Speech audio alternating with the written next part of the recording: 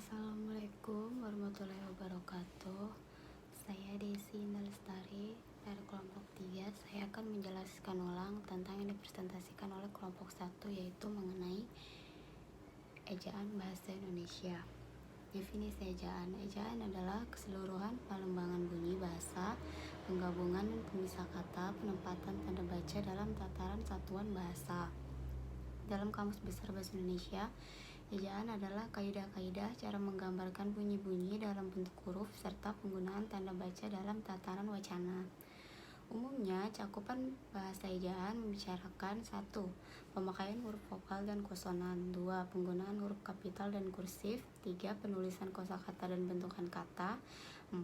Penulisan unsur serapan, afikasi dan kosakata asing. 5. Penempatan dan pemakaian tanda baca. Fungsi ejaan. 1. Sebagai landasan pembakuan tata bahasa. 2. Sebagai landasan pembakuan kosakata dan peristilahan. 3. Alat penyaring masuknya unsur-unsur bahasa lain ke dalam bahasa Indonesia. Selain ketiga fungsi tersebut, ejaan berfungsi untuk membantu pemahaman pembaca di dalam pencerna informasi yang disampaikan secara tertulis. Sejarah ejaan bahasa Indonesia terdapat ada 4 ejaan, yaitu ejaan Van Ophuijsen, ejaan Republik, ejaan yang disempurnakan, dan ejaan bahasa Indonesia. Ejaan Van Ophuijsen adalah jenis ejaan yang pernah digunakan untuk bahasa Indonesia. Ejaan ini digunakan untuk menuliskan kata-kata bahasa Melayu melalui model yang mengerti oleh orang Belanda, yaitu menggunakan huruf Latin dan bunyi yang mirip dengan tuturan Belanda antara lain. Huruf J untuk menuliskan bunyi Y seperti pada jang, pajah, sajang. Huruf O untuk menuliskan bunyi U seperti pada kata Georgie, Itoe, Oemor, kecuali diftong au tetap ditulis au. Tanda diakritik seperti koma, ain, dan tanda trema untuk menuliskan bunyi hamzah seperti pada kata-kata mamoer, akal, tak, pa, dinamai.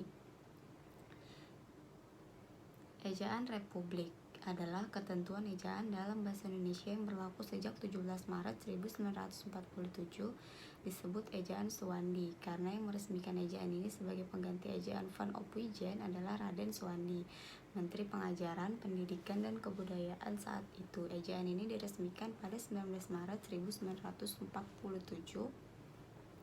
Pengubahan dari ejaan Van Ophuijsen ke ejaan Suwandi dimaksudkan agar terdapat kemudahan dalam penyederhanaan bahasa yang digunakan.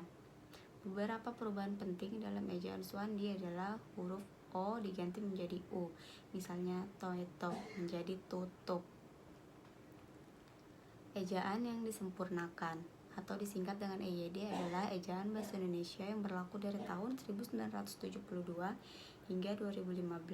Ejaan ini menggantikan ejaan Republik atau ejaan Suwandi. Ejaan tersebut merupakan hasil yang dicapai oleh kerja panitia ejaan bahasa Indonesia yang telah dibentuk pada tahun 1966.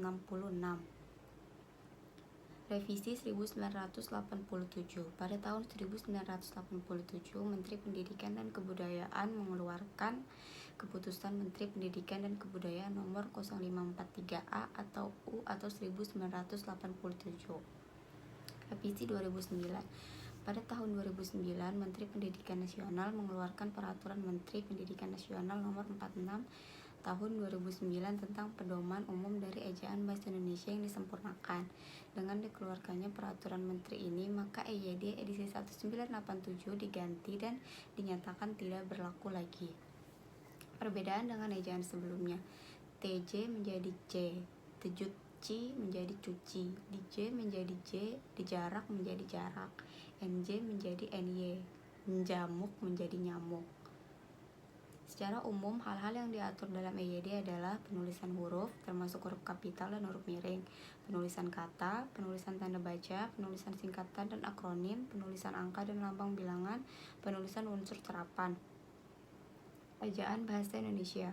Ejaan adalah penggambaran bunyi bahasa, kata, kalimat, dan sebagainya dengan kaidah tulisan huruf yang didasarisasikan dan mempunyai makna. Ejaan biasanya memiliki 3 aspek, yaitu aspek fonologis, aspek morfologis, dan aspek sintaksis. Huruf vokal, huruf yang melambangkan vokal dalam bahasa Indonesia terdiri atas 5 huruf, yaitu A, E, I, O, U.